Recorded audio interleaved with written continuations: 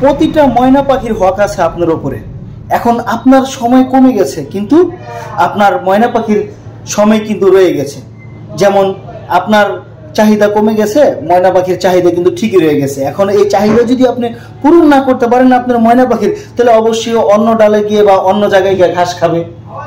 তো ময়না পাখির হকের কথা চিন্তা করে এবং হক পূরণ করা কিন্তু সুন্নত। এই হক যদি আপনি পূরণ না করেন, ওনাদের দিকে যদি আপনি ওইভাবে খেয়াল না করেন, তাহলে কিন্তু আপনি এটার হিসাবও দিতে হবে। সেই কারণে এখন আপনি শেষ, মনে করেন আপনি শেষ, আপনার কিছুই নাই, আপনার মানে কোনো অনুভূতি নাই।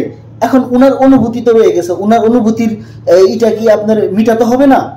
যাতে অন্য জায়গায় গিয়ে ঘাস না খেতে পারে এবং আপনার জায়গায় থেকে যাতে আপনি নিজে ওনার হকটা পূরণ করতে পারেন। হক মানে এমন না যে কোটি কোটি টাকা আর বাড়ি গাড়ি আছে এটি দিয়ে পূরণ করে দিলেন স্ত্রীকে। হক হচ্ছে মনের হক। মনের হক যদি আপনি পূরণ করতে পারেন, তাহলে আপনি ওনার কাছে সিংহ পুরুষ।